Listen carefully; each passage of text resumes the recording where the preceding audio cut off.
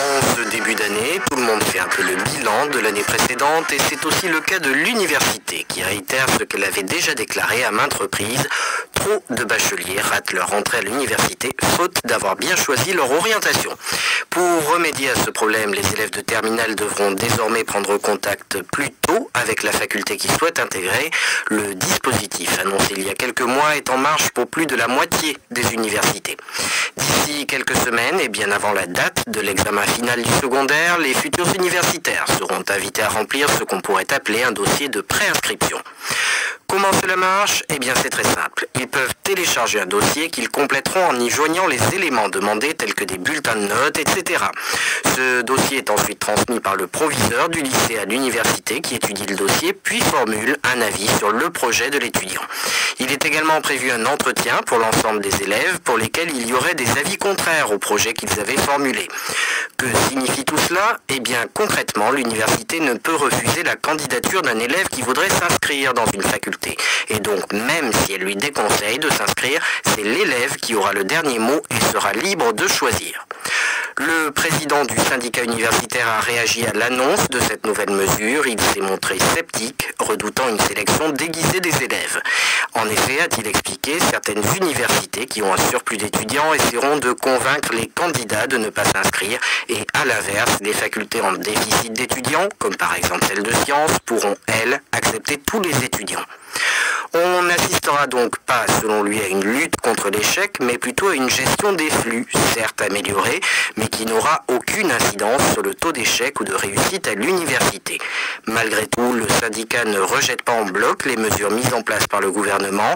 Ainsi, le portail internet qui a été ouvert pour donner les chiffres sur les débouchés des facultés dans le monde du travail est, selon lui, plutôt une bonne chose.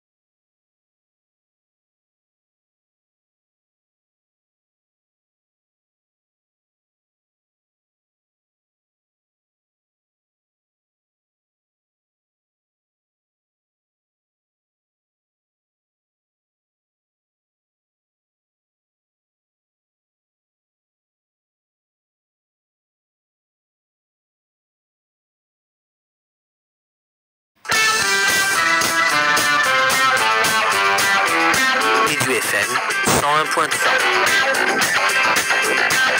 En ce début d'année, tout le monde fait un peu le bilan de l'année précédente et c'est aussi le cas de l'université qui réitère ce qu'elle avait déjà déclaré à maintes reprises.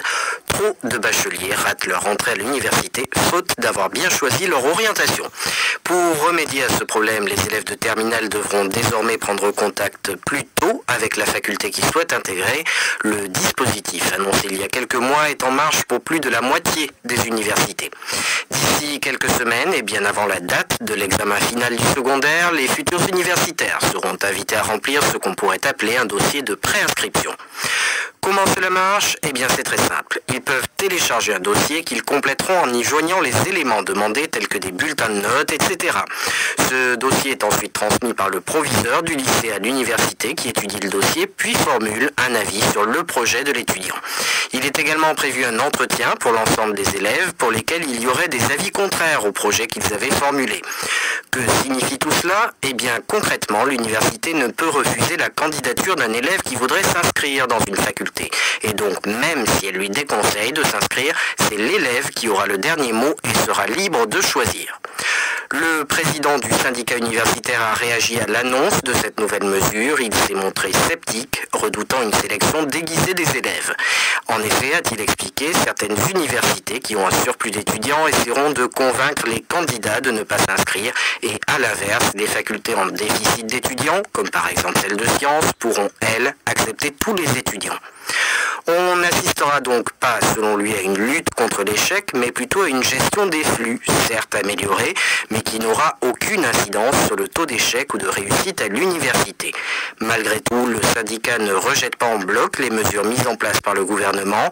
Ainsi, le portail internet qui a été ouvert pour donner les chiffres sur les débouchés des facultés dans le monde du travail est, selon lui, plutôt une bonne chose.